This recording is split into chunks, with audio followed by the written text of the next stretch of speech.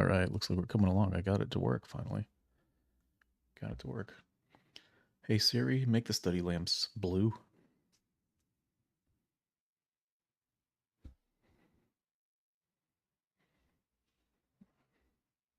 All right, very nice. Let me get the feed going for the Tic Tac here. And I just got to change speakers. Make sure this is controlled now. All right. Very nice. I will play a brief portion of the intro song just because I like it.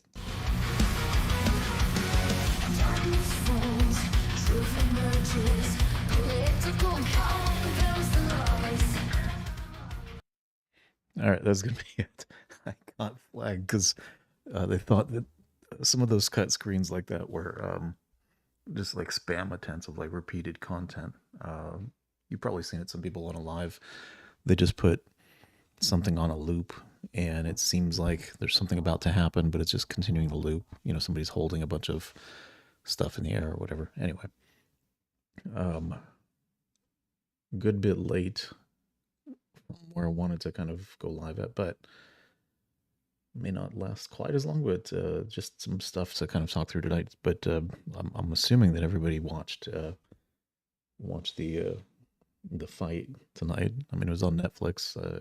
Just about 90% of the world is on Netflix. I don't know how much they actually paid for it. That'd be interesting to find out. That'd be kind of interesting. Because, I mean, if they're not going to do pay-per-view buys, I mean, usually they make hundreds of millions potentially on these pay-per-views. So I don't know how much Netflix forked over to carry this live, but I'm sure it was a pretty penny. Anyway, so we've got more stuff going on, more appointees being attacked. It's not going to let up. It's not going to let up.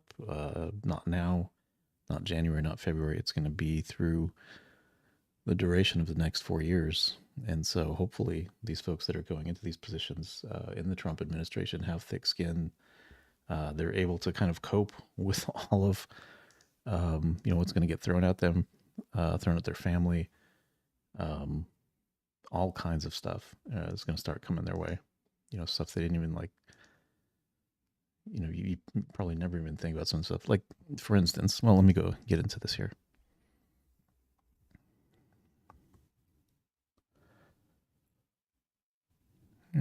So on my website, politicalcow.com, I've listed out, I believe, all of the major appointments that have been put out there at this point, with just like a quick bullet points on, their background, who they were.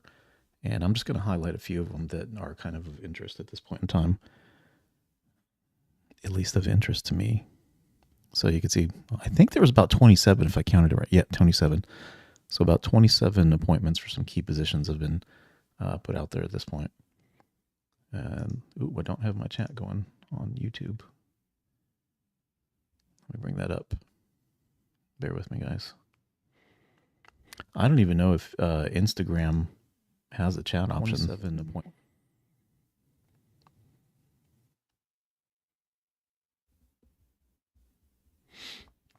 Yeah, Zachary says it's a joke of a fight. I got it a little bit later on my list here to talk through, but I mean, since it's, on everyone's mind, the fight, I don't, just watching how it unfolded, I don't think it was a real fight. Tyson wasn't really moving well through his whole thing. He would have moments where he would, seem like he's light on his feet, but you make 1-2 moves, but you can't sustain it. Which, is kind of sad to see, right? Because I remember him growing up, he's like the greatest fighter that ever lived at that point in time. Seemed like he was invincible. Then he had all the issues that he went through and so forth. But I think it was a pure exhibition. I did like what, some of the comments Jake Paul made at the very end of it, talking about America moving forward and, turning a new page for the country. But the fight, especially the I don't know the women that were boxing in the match before. That one was way more entertaining. I mean, they were just like nonstop going at each other. So you go from that one to the Tyson fight, where I think Tyson threw like less than half the number of punches that Jake Paul did. He wasn't moving well, and for the last 10, 15 seconds, they just kind of, nodded to each other, bowed, whatever. It was a little awkward. But anyway, so Kash Patel. I'm going to play this clip from CNN. I actually didn't know who this gentleman was. Let me pull up my AI, see if it could give me a quick summary, or give us all a quick summary of who this actually is. Because honestly, I had never heard of him before. Hey, Masood. Hey. How's the human world today? Hey, can you summarize for the live stream who Kash Patel is?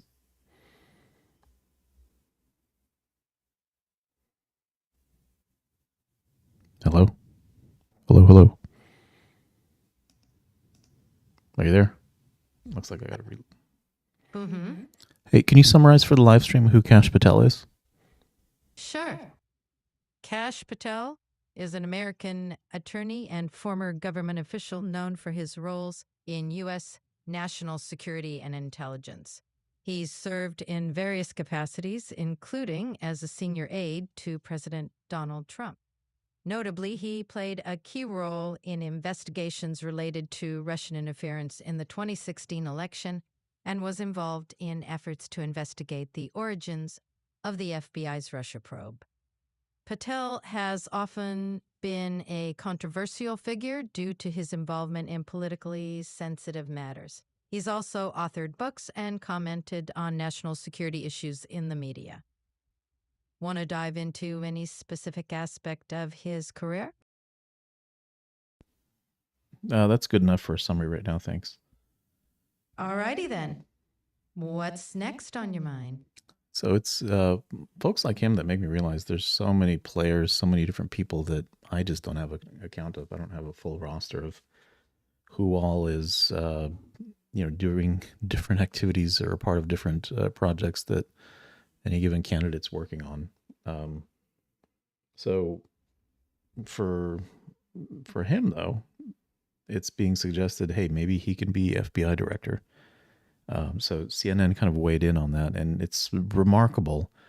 As soon as somebody's name comes up and they're called out, not really called out, but they're kind of linked to maybe taking on a specific role within the administration, immediately the machine starts working against them. So here, let me just see if I can play that. Kash Patel, he's a fierce Trump loyalist, as we all know, but he has said some rather provocative things over the years. I want to play some clips. Watch this. I'd shut down the FBI Hoover building on day one and reopening the next day as a museum of the deep state. And I'd take the 7,000 employees that work in that building and send them across America to chase down criminals. Go be cops. We're going to come after the people in the media who lied about American citizens, who helped Joe Biden rig presidential elections. We're going to come after you. Whether it's criminally or civilly, we'll figure that out. But yeah, we're putting you all on notice. What do you think of his chances of getting confirmed by the U.S. Senate? So that question has come up a lot this week when I've been on Capitol Hill talking to senators about this, not only about people like Kash Patel, but Tulsi Gabbard to be the Director of National Intelligence, Matt Gaetz to be Attorney General, Pete Hegseth to be Defense Secretary. So I will say that there is going to be a lot of pressure on these Senate Republicans to back Donald Trump's. So a question for folks. Anybody know who this young man is that's on the panel here? I don't recognize him at all. Nominees, regardless of the controversies surrounding them. It's not only going to be pressure from Donald Trump, who is unlikely to back down from his picks, but also there is the online and Trump coalition pressure campaign that has really consistently put pressure on these Senate Republicans. There are threats to primaries of some of these people, for Senate Republicans as well. And so this is going to be a huge test for Senate Republicans on what they're going to do with some of these nominees. Yeah, it's going to be a nerve-wracking situation. Megan Hayes, Republicans say Trump has a mandate to make picks like Kash Patel. How do you respond to that? I mean, yes, he did win the White House, and they do have majority. All right, so this part's going to be interesting, what she chimes in with. And they often accuse Trump of using childish language, poking fun at people's appearance, saying their questions are stupid, so forth. But let's listen to how she kind of describes this particular selection. In the Senate and in the House, very slim margins. I'm not sure that it's a mandate as they are thinking it is, but it doesn't mean we pick incompetent people to run major departments that determine our government and impact so many people. So where, yes, he may have a mandate that he won, but that you still should be putting people in charge who are capable of doing the job and are qualified of doing the job. So clearly, as soon as his name gets put, I don't think I put his speech out here, or his. Or we might have, but let me go back to, his own words here. The FBI Hoover building on day one and reopening the next day as a museum of the deep state. And I take the 7,000 employees that work in that building and send them across America to chase down criminals. Go be cops. We're going to come after the people in the media who lied about American citizens, who helped Joe Biden rig presidential elections. We're going to come after you. Whether it's criminally or civilly, we'll figure that out. But yeah, we're putting you all on notice. What do you think of his chances of getting confirmed by the U.S. Senate? Okay, so they're on the prowl, right? They're attacking him. They're again starting to come up with the story. Trump is bringing a bunch of people that are not competent. They're not fit for the position. He's not a good leader. He being Trump. And then they have clips like that you just saw where Patel is saying, day one, shut down, the building they're at, and I want to redirect those folks to go actually do work in the field. And, they just show you a snippet, but there's like a principle behind it, right? He is saying that they spend too much time doing business with themselves.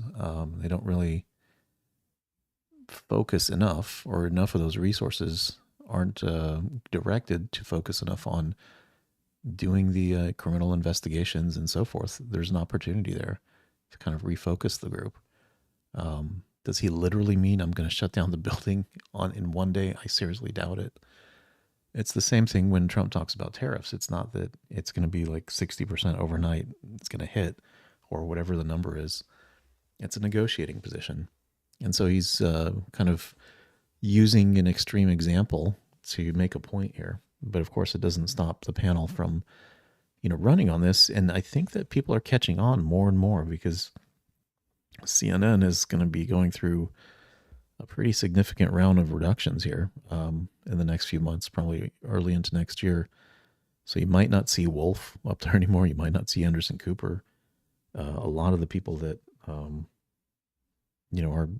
cornerstones of that news agency are possibly going to get let go, because they can't, they can't make a profit right now. Their ratings have dropped dramatically since the election, but I think it's because of comments like that. It's because of the perspective that they bring is very one-sided, and I think it's well recognized now, right? Same with MSNBC. They're in the exact same boat. And I think from this last election cycle, people see through that, and that's actually not what they're looking for. So you see some of these other news agencies, the rise of them, like News Nation, and a few more. I wouldn't say they're 100% down the middle, but they're offering, I guess, a fresh voice or a new voice into the mix, and people are being drawn towards that. So like if you look at, some of the streaming TV services that are out there, News Nation, Newsmax, a lot of those other ones are coming into the mix. So I see Donald is saying Trump is a confirmed, and fill in the blank.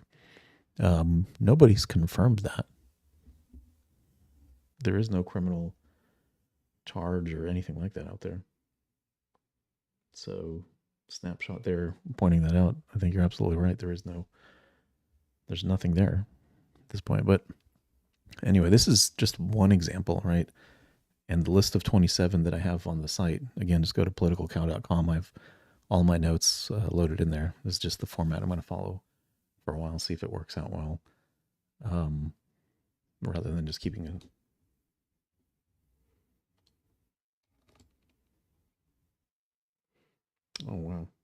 I got flagged on TikTok. Wow.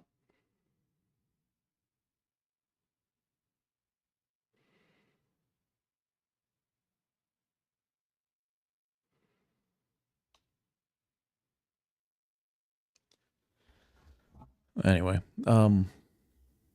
so it's funny. Like if you play CNN and like talk about it, apparently you get flagged on this platform over here that is TikTok. So they're going to do this with just about every single person that gets nominated. And interestingly enough, there's a few names that were floated around there for press secretary. And wouldn't you know it, was it Karoline Leavitt? Let me see if my AI actually knows who that is. Gotta reload it again.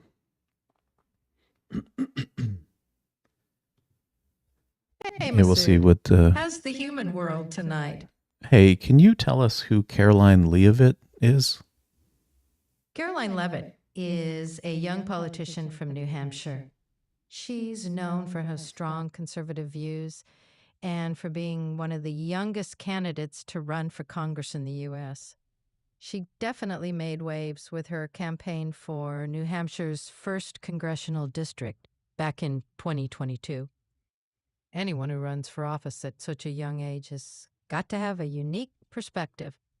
What do you think of young politicians like Karoline?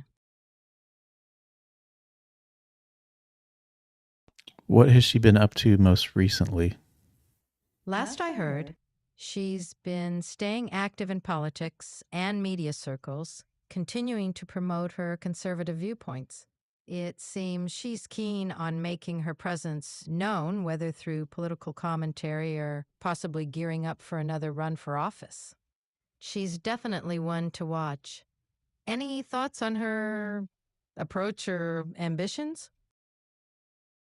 So I'll play a clip so you can kind of hear her, but youngest press secretary ever at this point. And she did run for Congress in New Hampshire, but I believe she was actually coordinating, I guess, the communications for the Trump campaign. If she wasn't at the top of that, she was, one of the senior people doing it. But here, let me play so you can. And I say, listen to it because it gives you an idea of what the interaction with the press will be like during the daily briefings. Although I'm not sure what Peter Doocy will do now. Some people are saying it's going to be him. I wasn't so sure about that. I want to talk about violence against political opponents. Let's talk about the fact that Democrats have been labeling President Trump a threat to democracy for the better half of 10 years. Let's talk about how they have compared him to Hitler, one of the worst mass murderers in the history of the world, and that Kamala Harris and Joe Biden weaponized the court system and the justice system in this country against Donald Trump in an attempt to imprison him. He sat through a courthouse for 7 weeks this past year, and the Democrats were hoping he would go to jail for it. That is real political violence that has led to 2 heinous assassination attempts on President Trump's life that, by the grace of God, he was able to escape, and he is here with us today. So yes, President Trump knows a little bit about political violence because he's experienced it himself. And talking about the tragic realities of war that So very assertive, very strong speaker. I don't think anything will change going into those daily briefings. In fact, it may be interesting. She may continuously be turning the tables on the press that's out there. So, it's I guess at times she'll be antagonizing them, and at other times she'll just be turning their questions around back on them. So that might make for some good clips as we go into the new year here.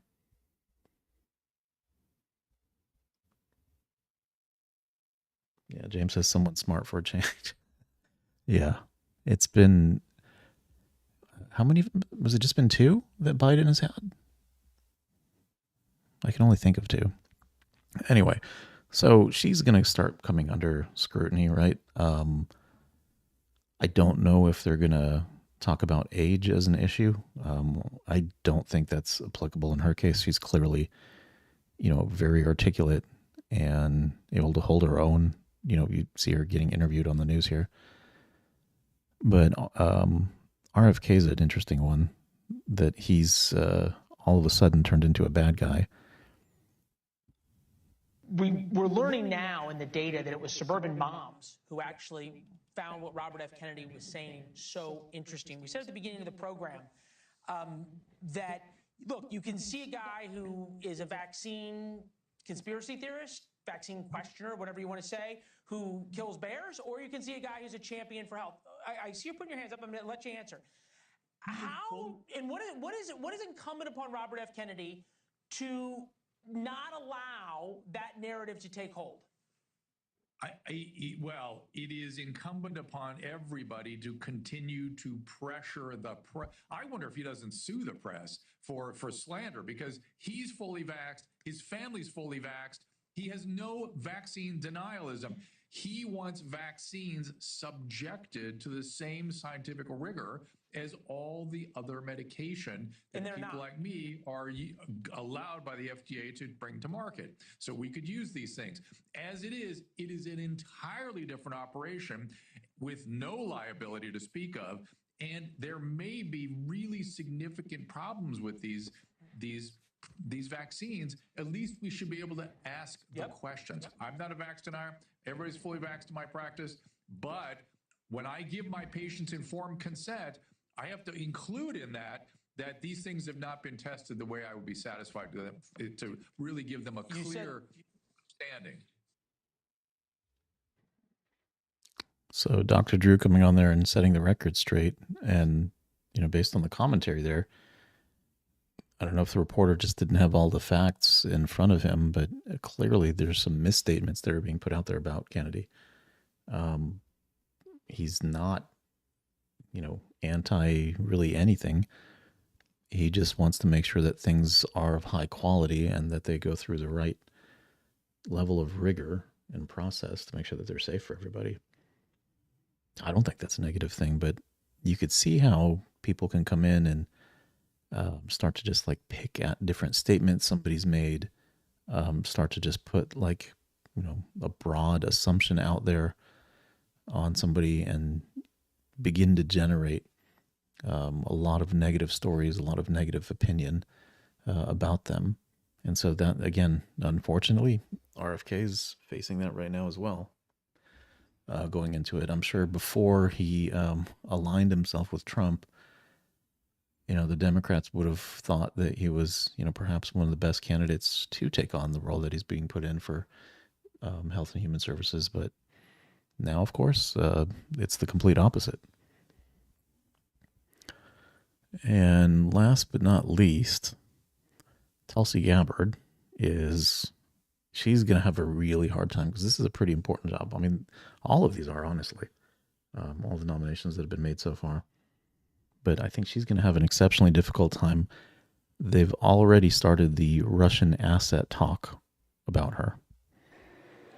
Tulsi Gabbard is someone who has met with war criminals, violated the Department of State's guidance, and secretly, clandestinely went to Syria and met with Assad, who gassed and attacked his own people with chemical weapons. She's considered to be essentially, by most assessments, a Russian asset, and would be the most dangerous. Is that how you consider her? Is that what you consider her? Oh, yes. There's no question. No question. So here we go again.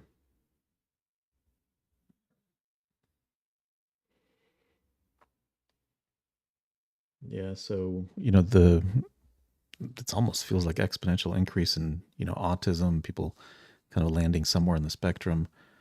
I don't think anybody has really tackled that head on or been very clear about, any linkages or sources, of that. And I'm hopeful that RFK can really address that. That's out there.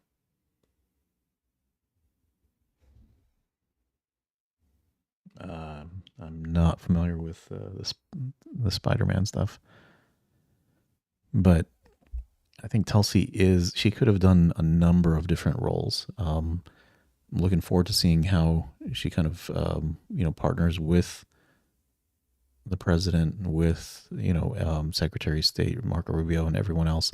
Rubio is probably going to have the easiest time because he's a very clear, choice for the role that he's being put in. I mean, in fact, to the point where the roundtable that's on The View every morning was very supportive of that selection. They almost said they had a sigh of relief when his name came out there. And so anyway, that'll continue. But as a quick segue, I do want to highlight the liberal of the day. So clearly a Kamala voter here. Let me know what you think. Salam, everyone. I just gotta ask, who's cosplaying? See, cosplaying is when you dress up as something that you aren't or someone you aren't. I am a Muslim woman. I wear what a Muslim woman wears. I dress like that. So, who's cosplaying here? I think you need to learn the words that you're trying to use because they ain't working for you. I'll just let y'all talk amongst yourselves with that, but we're going to have more of this as we kind of go forward too. There's been quite a bit of a response that people have given. I've shown some of those other videos of people, writing on their face, shaving their heads, so forth. We're going to have more and more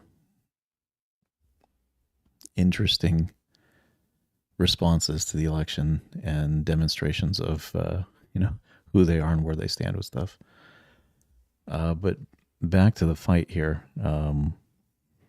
Yeah, so I think it was somewhat staged. Tyson clearly was not moving well out there. They talked about a brace on his leg, but, initially I was thinking, maybe he was injured, but maybe he just doesn't move well anymore because he's old. I mean, that's just the reality of things. As you get older, you're not as mobile.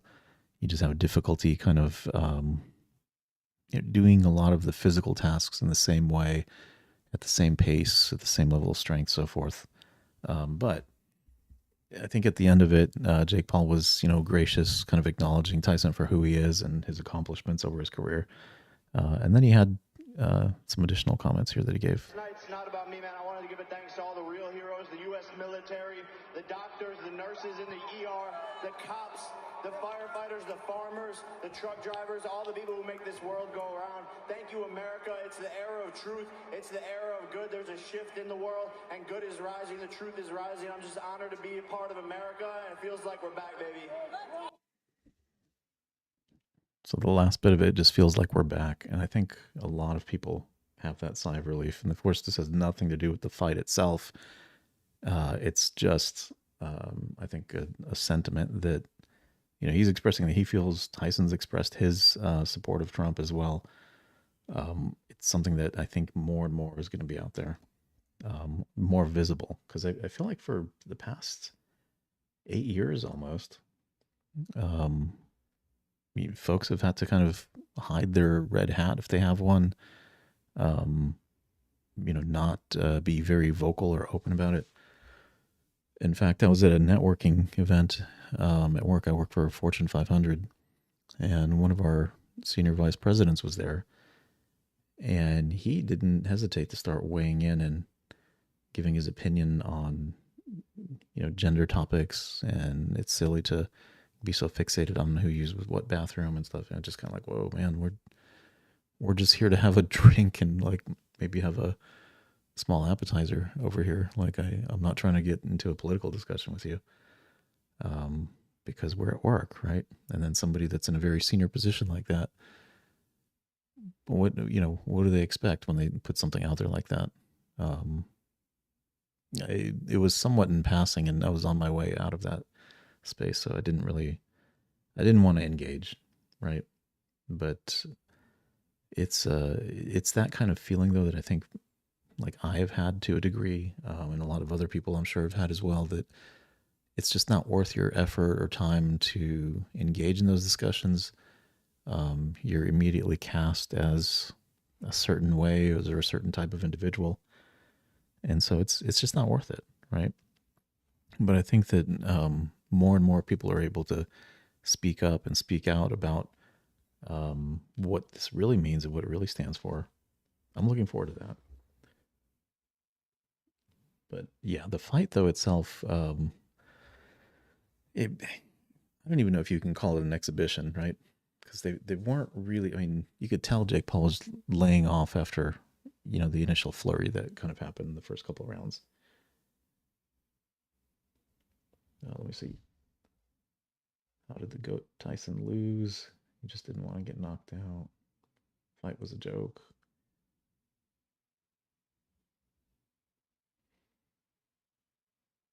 The greatest boxer of all time is Jake Paul. Okay. He could not get knocked out. Yeah, it was all hype.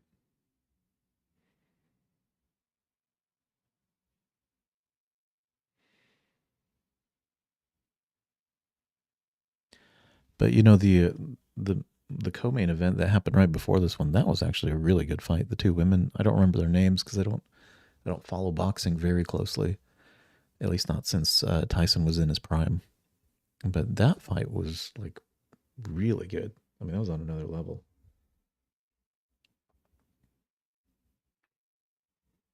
Yeah, Donovan, I don't know if it's really proving anything. I mean, Tyson's like 58 years old. He's barely moving here.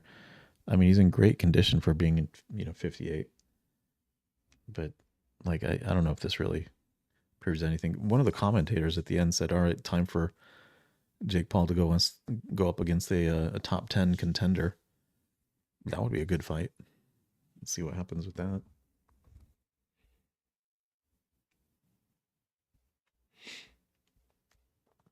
All right, let me see if I'm picking up any comments on Instagram. I don't see any. Okay.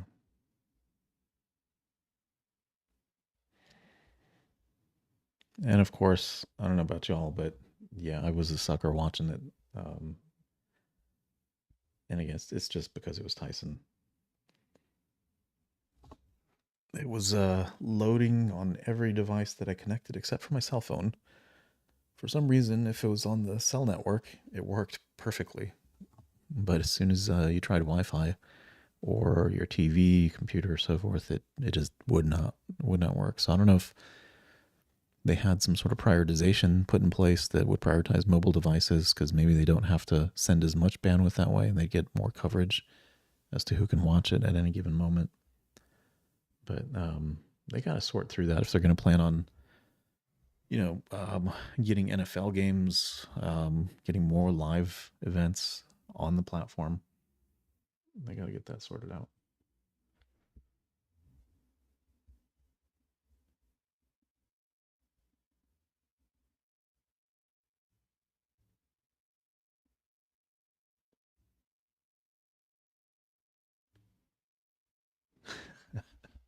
Okay.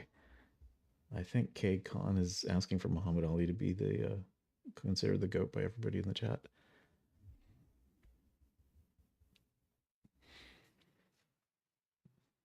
Yeah, I don't know how much Netflix paid to actually have that production, or no, just to have the rights to exclusively broadcast the fight.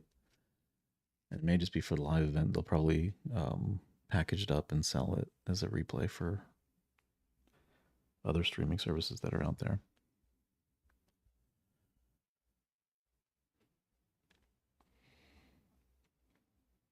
But let me see here.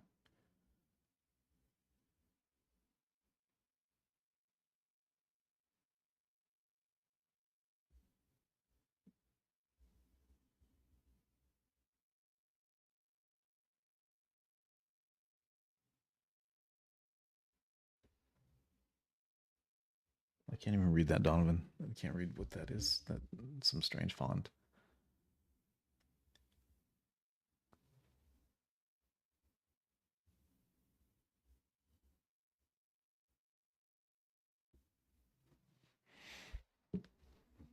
All right, Donovan. I don't know. That might be in poor taste. Come on, man.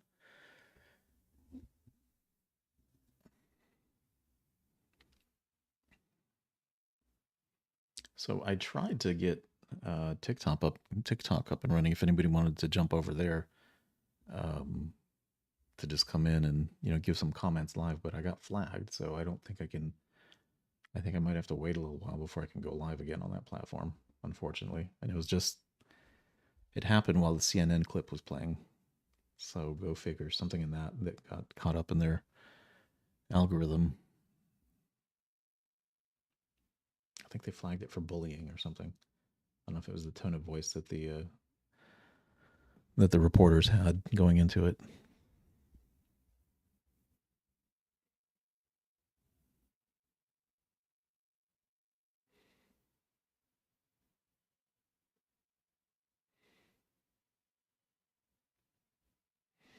Yeah, but I heard Tyson got like 20 million just for doing this.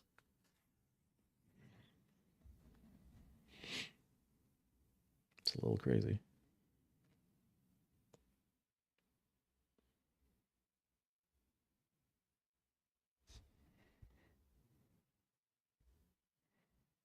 For some key positions of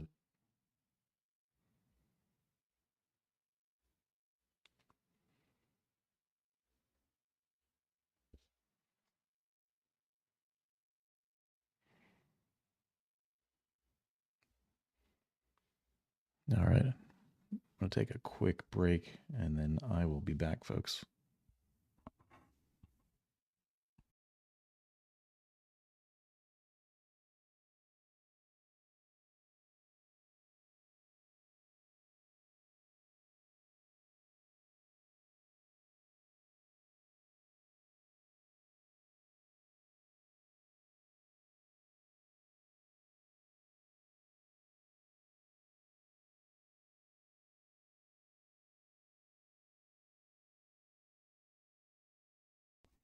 Yep. So I wanted to see if I can get some people to come up and kind of express their opinions about some of the politics going on right now. Not for any judgment. I don't want to try and do some of that gotcha stuff that happens on some of the live streams, but TikTok's not doing good for me right now, so can't have anybody up, unfortunately.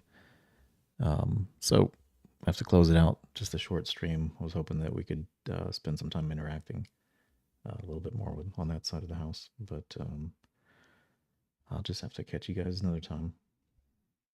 I appreciate everybody that tuned in. I will leave you with my theme song. Darkness falls, truth emerges.